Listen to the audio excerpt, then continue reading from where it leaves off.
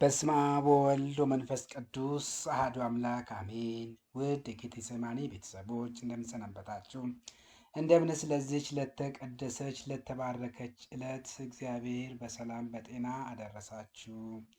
እነሆ እንግዲህ ዛሬም እግዚአብሔር እንደገለጠልን መጠን ከቤተ ክርስቲያናችን ንዋያተ ቅድሳት ቤተ ክርስቲያናችን ውስጥ ከምትገለገልባቸው መካከል ስለ መቋሚያ የምናወራ ይሆናል። ስለዚህ እንግዲህ በዚህ ውስጥ እንግዲህ ስለ መቋሚያ ስናወራ ስለ መቋሚያ ፍቺን በተመለከተ እንነጋገራለን። ስለ መቋሚያ ምሳሌ ጭምር ሚስጥሩ ጭምር ከቤተ ክርስቲያን አስተምሮ ምንድነው የሚለውን በስፋት ከመጽሐፍ ቅዱስም እያጣቀስን ከመጽሐፍ ቅዱስም እንግዲህ አንዳንድ ጥቅሶችን ለመቋሚያ ትክክለኝነት ቤተ ክርስቲያናችን መነሻ ምንጯ መጽሐፍ ቅዱሳዊ ስለመሆኑ አስተምሯ እንግዲህ ያንንም አያይዘን አብረን የምናይ ይሆናል ማለት ነው። ሰው እንግዲህ በመጀመሪያ ደረጃ እንግዲህ መቋሚያ ምንድነው የሚለውን ነው። ስለዚህ ከፍቺው እንጀምራለን። እንግዲህ መቋሚያ የኢትዮጵያ ኦርቶዶክስ ተዋሕዶ ቤተ ክርስቲያን የሥርዓተ ማህሌት ስንል እንግዲህ የዜማና የውዝዋዜ የሚከናወንበት በቤተ ክርስቲያናችን ውስጥ ማለት ነው። ይህ ማለት እንግዲህ በሥርዓተ ማህሌት ውስጥ አንዱ የሚታወቀው መቋሚያና እንዲሁም ደግሞ ከበሮ ነው። ስለዚህ ከዛ ውስጥ አንዱ እንግዲህ መቋሚያ ነው። ስለዚህ ይህ እንግዲህ በሥርዓተ ማህሌት ውስጥ እንግዲህ የዜማና የውዝዋዜ መሳሪያዎች ከሆኑት ውስጥ አንዱ ነው ማለት ነው። መቋሚያ ብለን የምንጠራው ማለት ነው። ስለዚህ ቃሉ በዋናነት መቆሚያ ወይም መደገፊያ ከሚለው የግዕዝ ግስ የመጣ ሲሆን በጥንት ዘመን ምዕመናን በቤተ ክርስቲያን ውስጥ በሚቆሙበት ረጅም ጊዜ ድካማቸው እረፍት ሲያስፈልጋቸው የሚደግፉበትን የሚመረኮዙበት መሳሪያ እንደነበር ታሪካዊ አመጣጡ በስፋት ይገልጻል ማለት ነው።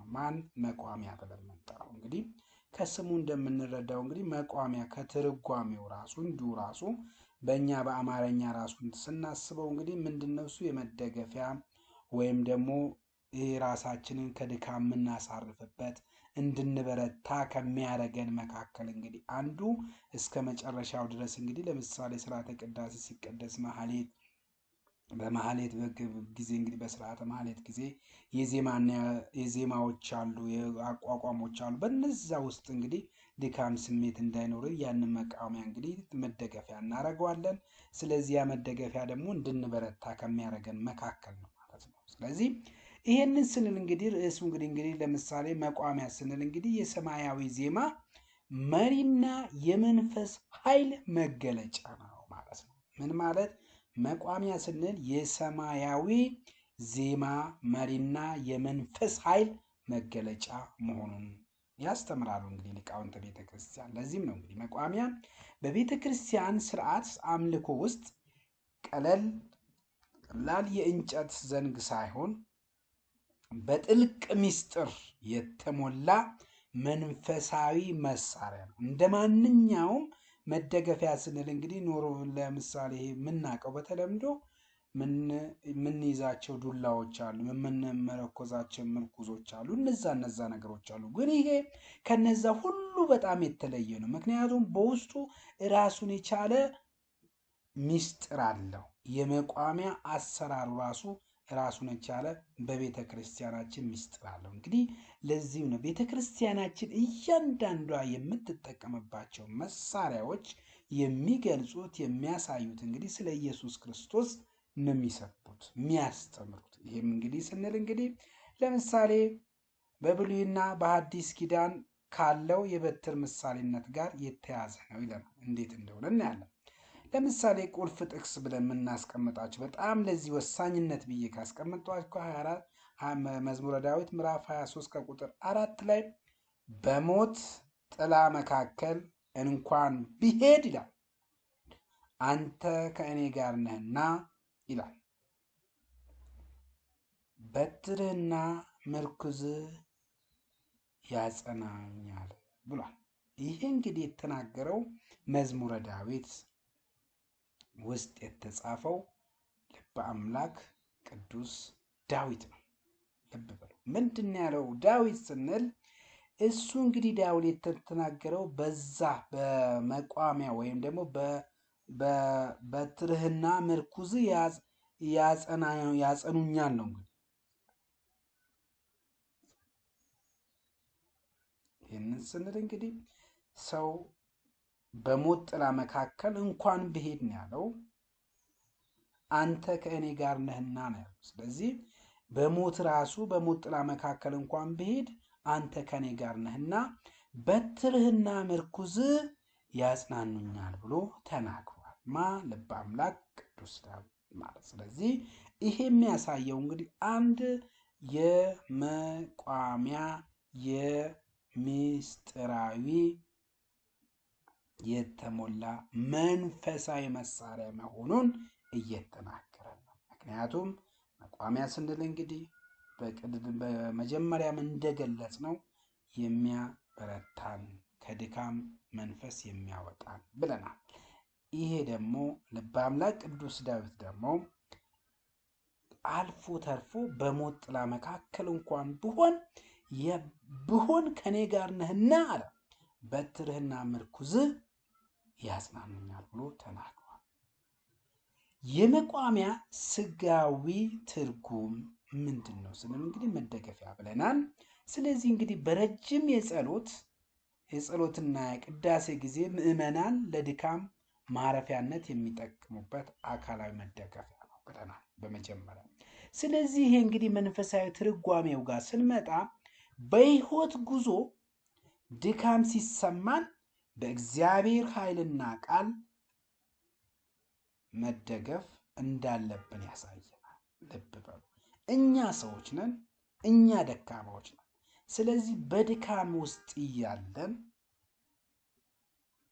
በስህተት ጎዳና ውስጥ አልፈን ወደ ድካም ውስጥ ስንወድቅ፣ ነገር ግን በእግዚአብሔር ኃይልና ቃል ምን እናደርጋለን ማለት ነው? ከዛ ከድካም እንወጣለን። ወደ ዕብራውያን ሰዎች ምዕራፍ 11 ከቁጥር 21 ላይ ደግሞ በእምነት ያዕቆብ ሊሞት ሲል ይላል እያንዳንዳቸውን የዮሴፍን ልጆች ባረከ፣ በበትሩም ራስ ተደግፎ ሰገደ ብሎ ተቀመጠ። ይህ የሚያሳየው እንግዲህ ትኩረት ማድረግ ያለብን ነገር ቢኖር እዚህ ላይ ያዕቆብ የሕይወቱን ፍጻሜ ሲያይ እንኳን በበትሩ መደገፉ በመጨረሻው ጊዜ በእግዚአብሔር ቃል ላይ ያለ መተማመንን ያመለክታል።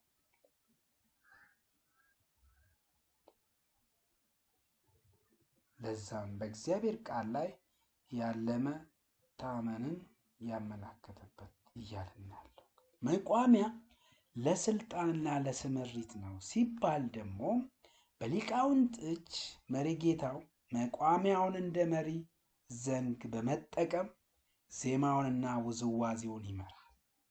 ለዚህም ነው። ስለዚህ አንድ የቅኔ ተማሪ ሊሆን ይችላል፣ አንድ የአቋቋም ተማሪ ሊሆን ይችላል፣ አንድ የአቋቋም አስተማሪ ወይም የቅኔ አስተማሪ ሊሆን ይችላል። በሚያዜሙበት ሰዓት ወቅት ዘንጉን ይዞ መቋሚያውን ይዞ የዜማውንና ውዝዋዜውን በደንብ አድርጎ ይመራል።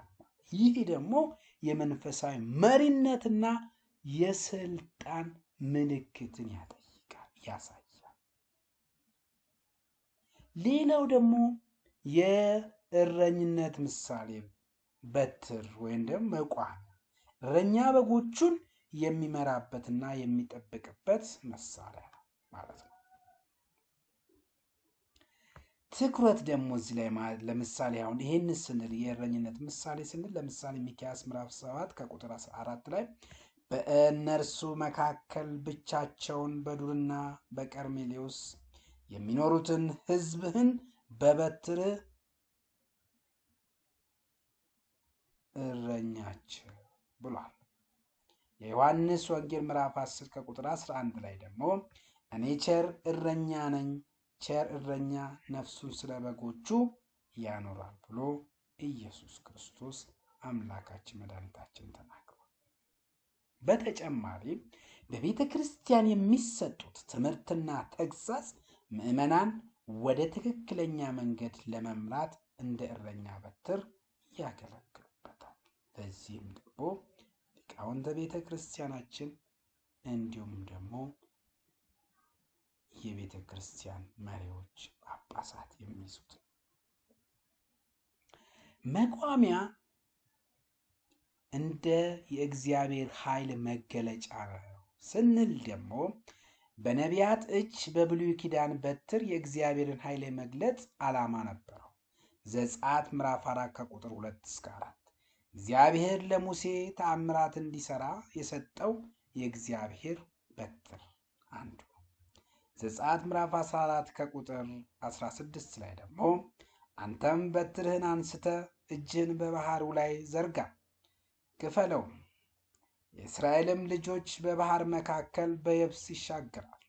ባህረ ኤርትራ ወይም በበትር መከፈሉ ሚስጥር ማለት ነው። መንፈሳዊ ትስስሩ ጋር ስንመጣ በዜማ ጊዜ የሚደረገው የመቋሚያ እንቅስቃሴና ድምፅ የእግዚአብሔርን ኃያልነትና ተአምራትን የመጥራትና የማስታወስ ምልክት ነው። የመቋሚያ ውዝዋዜ የክርስቶስ ምስጢር ነው ስንል የሊቃውንቱ የዜማ እንቅስቃሴ ወይም ደግሞ ሽብሻቦ ብለን የምንጠራው የመቋሚያውን ምስጢር ይገልጥልናል። እንዴት ስንል አንደኛ ወደ ታች ማውረድና መደሰቅ ወይም መሬት መንካት ስንል የዚህ ምሳሌ ክርስቶስ ስጋዌና ትህትና ያሳያል። ከሰማይ ወርዶ የሰውን ስጋ ለመልበሱና እስከ ሞት ድረስ ዝቅ ማለቱን ይገልጽልናል ማለት ነው። ይሄ መቋሚያው ወደ ታች በሚወርድበት ነው። ለዚህም ደግሞ የመጽሐፍ ቅዱስ ማስረጃቸው ወደ ፊልጵስዩስ ሰዎች ምዕራፍ 2 ከቁጥር 7 እስከ 8 ነገር ግን ይላል የባሪያን መልክ ይዞ ራሱን ባዶ አደረገ፣ ራሱን አዋረደ፣ እስከ ሞትም ታዘዘ፣ እርሱም የመስቀል ሞት ነው ብሎ ተናግሯል። ወደ ሁለተኛው ስንመጣ ደግሞ ወደ ላይ ማንሳት ወይም ከፍ ማድረጉ ነው። ይህ ደግሞ የክርስቶስ ትንሣኤና ዕርገትን ያሳያል። ሞትን ድል አድርጎ በክብር መነሳቱና ወደ አብ ቀኝ ማድረጉ ነው። አንደኛ ጴጥሮስ ምዕራፍ 3 ከቁጥር 22 ወደ ሰማይም ሄዶ በእግዚአብሔር ቀኝ አለ፣ መላእክትና ስልጣናት ኃይላትም ተገዝተውለታልና ብሎ ቅዱስ ጳውሎስ ተናግሯልና ቅዱስ ጴጥሮስ። መቋሚያ እንደ ፍርድና ተግዛጽ ነው ስንል ደግሞ ምን ማለታችን ነው? የትምህርት አስፈላጊነት መቋሚያ መደገፊያ እንደሆነ ሁሉ የመምራትና የመገሰጽ ስልጣንን ምልክት ነው። ምሳሌ 1 ብንወስድ ምሳሌ ምዕራፍ 29 ከቁጥር 15 ላይ በትርና ተግዛጽ ጥበብን ይሰጣሉ ይላል። በተጨማሪ መዝሙረ ዳዊት ምዕራፍ 2 ከቁጥር 9 ላይ በብረት በትር ትጠብቃቸዋለህ፣ እንደ ሸክላ ሰሪ ዕቃ ትቀጠቅጣቸዋለህ ብሏል። የእግዚአብሔር ቃል መጽሐፍ ቅዱስ አማኙን ለማስተማርና ለማረም እንደ በትር ያገለግላል። መቋሚያ በቅዳሴና በዜማ ወቅት ስርዓትን የመጠበቅ ምልክት ነው ማለት ነው። ጠቅለል ስናደርገው መቋሚያ የያዘው የክርስቶስ መስቀል ምሳሌነት ነው። የመንፈስ ቅዱስ መሪነት መሳሪያ ናት። በመንፈሳዊ ሕይወት የድካም መደገፊያ ነው። መቋሚያ በቤተ ክርስቲያን ስንመለከት ድካማችንን ሁሉ የምንደግፍበት፣ በሞት ጥላ መካከልም የምንጽናናበት በትርና ምርኩዛችን ክርስቶስ መሆኑን ዘወትር እናስታውስ።